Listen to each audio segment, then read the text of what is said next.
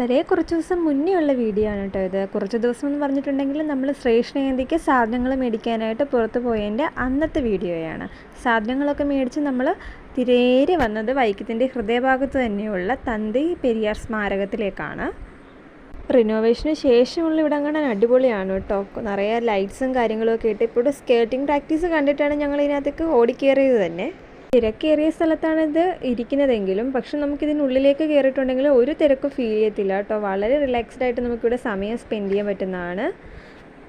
ഇവിടെ ജീവിക്കുന്ന ആളാണെന്നുണ്ടെങ്കിലും ജീവിതത്തിൽ ആദ്യമായിട്ടാണ് കേട്ടോ ഞാൻ ഇതിൻ്റെ ഉള്ളിലേക്ക് കയറുന്നത്. ഇതിൻ്റെ ഹിസ്റ്ററിയോ കാര്യങ്ങളോ ഒന്നും സത്യം പറഞ്ഞാൽ എനിക്ക് അറിഞ്ഞുകൂടാ. നേരെ നടന്ന് ഞങ്ങൾ സ്കേറ്റിംഗ് പ്രാക്ടീസ് ചെയ്യുന്ന ഇടത്തേക്കാണ് പോയത്. ഇരിക്കാനായിട്ട് അവിടെ സ്പേസ് അറേഞ്ച് ചെയ്തിട്ടുള്ളതുകൊണ്ട് ഞങ്ങൾ അവിടെ ഇരുന്ന് അത് കാണുമായിരുന്നു.